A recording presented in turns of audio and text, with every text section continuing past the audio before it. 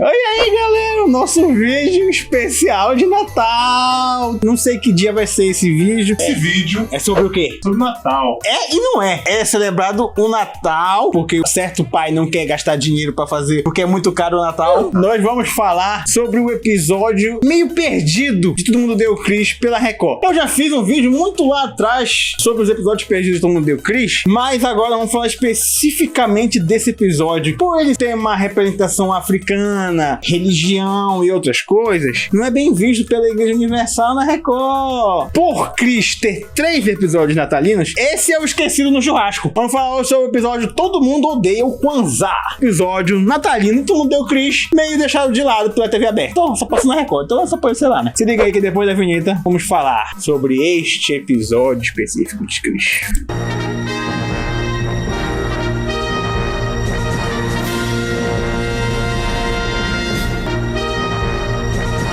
No começo, senhorita Morello dizendo que encontrou uma aliança no chão. Cris, por favor, devolva lá para o professor da 6ª série. Ela determina que tem que fazer um trabalho da escola que vai dar ponto no final, ajudar uma causa carente. E o Chris diz que vai dar sopão pros pobres. Aí ele vai lá pra fila do sopão. Um cara negro que tá lá fala pra ele que os brancos já tomaram todas as frentes daqui. Se eles quisessem mesmo ajudar, ele fazia um churrascão pros pobres. Aí ele encontra o golpe baixo na fila do sopão e pergunta pra ele o que ele quer de Natal. Pergunta também por que você tá na fila do sopão. Fila pra sentar no colo do Papai Noel. Aí o Chris pergunta pra ele o que ele quer do Papai Noel. Ele fala um monte de presentes absurdos. Até que por último ele fala que quer dar um presente pra mãe dele. Chris então aceita, tá bom, então eu vou te ajudar com isso. Aí corta pro Júlio triste porque ele trabalhou como um condenado o ano inteiro, como sempre, levando jornal e no outro emprego dele, pra no final o chefe dele não dar o abono salarial dele, que eu acho que equivale ao 13º salário lá nos Estados Unidos, que lá não deve ter. Eu acho que não tem. Aí ele não recebeu o abono salarial dele, tá sem dinheiro. Ele tá passando pela rua e tá falando com o Manny lá da barbearia, que tá meio falando que tá sem dinheiro, que não vai dar um sim pras pessoas. Eu não sinto muito.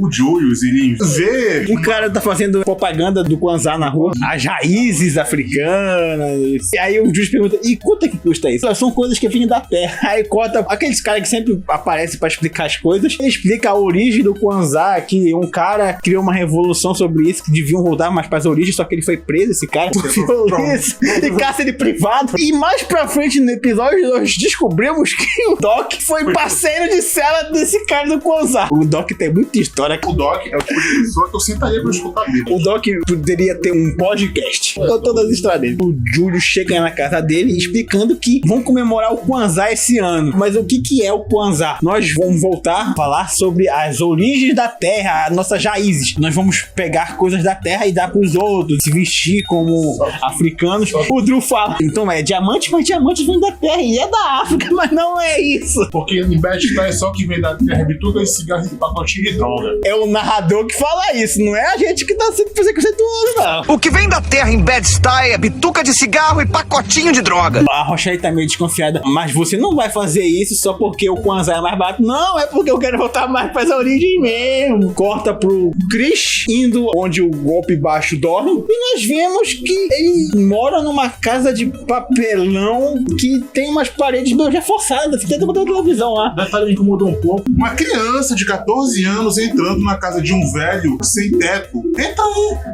Mas ele já tinha o convívio lá com o golpe baixo desde sempre, né? Ele cresceu com o cara. Tu cresceu com o mendigo, vou entrar aqui no cafufu dele. Ele queria ajudar o cara, né? Isso dá ruim, tome cuidado. Essa é uma série de ficção, galera. Ele tá muito revoltado. O golpe baixo, primeiro, acho que é o carteiro. Tá aqui o pacotinho, ele dá um cônigo.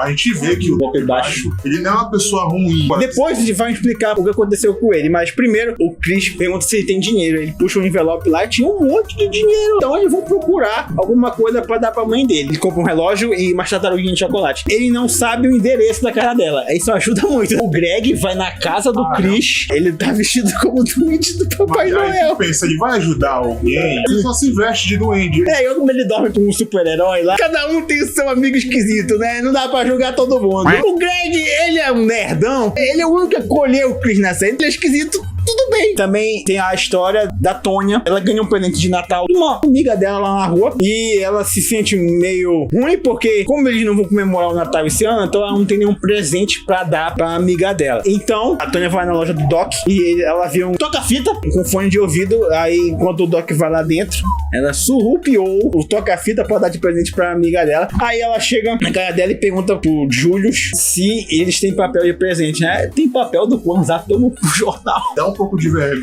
Eu acho que ele reclamasse, ele nunca negou nada pra família. O Julius, um dos melhores pais da ficção, ele não tem dinheiro, esse que é o problema. Se ele pudesse, ele dava tudo pro filho dele. Ele é tão bom pai que da rua ele é o único dos 3 pais que ficaram em casa, que não abandonaram os filhos. E que é fiel à esposa. Como a maioria dos homens, principalmente nós. Não podemos falar por todos. Se fosse por nós, não existiria traição no mundo. Vamos continuar o vídeo, senão a gente vai ficar perdendo aqui. Aí corta pro Greg indo na casa do Chris. A Rochelle dá uma beterraba pro Greg. Greg, muito obrigado. Tava precisando mesmo comprar. E aí eles vão lá na casa do Golpe Baixo. Ele pergunta o que o Golpe Baixo tem lá que pode ajudar a encontrar a mãe dele. Aí ele fala que tem uma agenda, fala várias coisas, e tem uma agenda lá, tá marcada lá o nome da mãe dele. Então vamos nesse endereço. Só que antes, eles vão no salão de beleza pra ajeitar o Golpe Baixo. Outra coisa que é interessante é porque o Chris estava disposto a pagar tudo. E quando deu, não, considere um presente. 15 frascos de shampoo, deram um terno pra ele que ele comprou com perigo. Ela fala que até que ele ficou parecido com o Morgan Freeman. Isso é muito legal, porque ele ficou parecido mesmo. A comunidade em si é muito unida. Sim. Pra ajudar uma pessoa lá. E a Vanessa já saiu com o Golpe Baixo uma vez, até que é a primeira vez que a gente ouve falar da mãe dele, que é uma mulher rica, que foi buscar ela de um helicóptero rosa. Chegou de limusine lá e o caramba, é a noite da Vanessa no golpebaixo.com. Depois de tudo isso, vai o Chris e o Golpe Baixo na casa da mãe dele. Ele descobre que ela mora no lado rico de Manhattan, onde só vivem brancos e o Spike Lee. Spike Lee, pra quem não sabe, é um diretor famoso. O Chris acha que o endereço tá errado, mas aí ela abre a porta e vê que era a mãe dele mesmo. A mãe fica muito feliz lá, então o endereço tá certo. E dá pra ela um Rolex e tartaruguinha de chocolate. Quem ela prefere? Ela fica toda feliz por causa das tartaruguinhas e o Rolex, eu tenho 8 desses. Porque às vezes a pessoa já é rica, ela tem de tudo, só que aquela questão da simplicidade que foi que encantou. E aí, onde é que você arrumou essa tartaruguinha? Ah, não, eu vou na esquina, não como tartaruguinha desde que eu era criança. Olha só, isso é muito legal.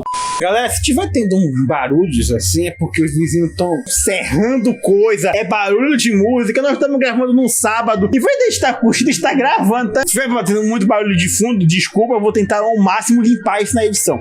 Aí nós descobrimos um pouco sobre a história do Golpe Baixo, e que é muito legal. Enquanto ele tá tocando piano, a mãe dele vai contando a história de vida do Golpe Baixo. Era muito inteligente, ele trabalhava no tráfego aéreo. Tráfego aéreo. O que eu acho muito triste disso é porque esse episódio passou muito poucas vezes na TV, e o Golpe Baixo é um personagem recorrente da série, e muita gente não viu esse episódio. Ele é um pouco dramático em alguns momentos. A gente vê uma outra faceta da série, só se você tivesse acesso à internet, quer ver nos streams, ou na TV paga. É muito triste não ter esse episódio sendo recorrente na TV. Ele é interessante porque ele aborda a disfunção mental do Golpe Baixo. Tu vê essa carga dramática sobre a mãe dele falando. E é um episódio em que quem tá estrelando ele não é muito o Chris, é o Golpe Baixo. É a vida dele que nós vamos saber mais um pouco. Ele é um personagem querido da série, que muita gente lembra dele. Ele conta que, por causa do Ronald Reagan, que assumiu a presidência dos Estados Unidos, fez muitos cortes e ele tava no meio dos cortes. E isso fez ficar uma espiral de coisa ruim na cabeça do Golpe Baixo. Ele começou a se perder. Ele fala que teve uma espiral de esquizofrenia com depressão e outras coisas. Aí ele foi morar na rua porque ele descobriu que o único lugar livre é morando dentro de uma caixa que o Mr. Gazoo, Que é um personagem dos Flintstones, falou com ele e disse que é assim que ele devia ser, viver livre. O que é muito interessante, a mãe do Golpe Baixo nunca abandonou ele. Ela pergunta pra ele, a sua mala de dinheiro que eu mandei você já acabou? Sim, está vazia, mas sempre dá um jeito de tentar falar com ele. Apesar de não conseguir manter contato com ele, ela sempre tenta dar um jeito de procurar ele, ao que parece, e dar um dinheiro pra ele conseguir viver. Ela pede o telefone do Chris pra conseguir manter contato com o filho dela, já que lá não tinha tanto contato com ele. Isso é muito legal. Esse episódio é muito bom. O Chris, ele tá surpreso por causa da mãe do Golpe Baixo, porque não esperava ver algo assim. Eles vão no trem, voltando pra casa, ele abre a maleta lá e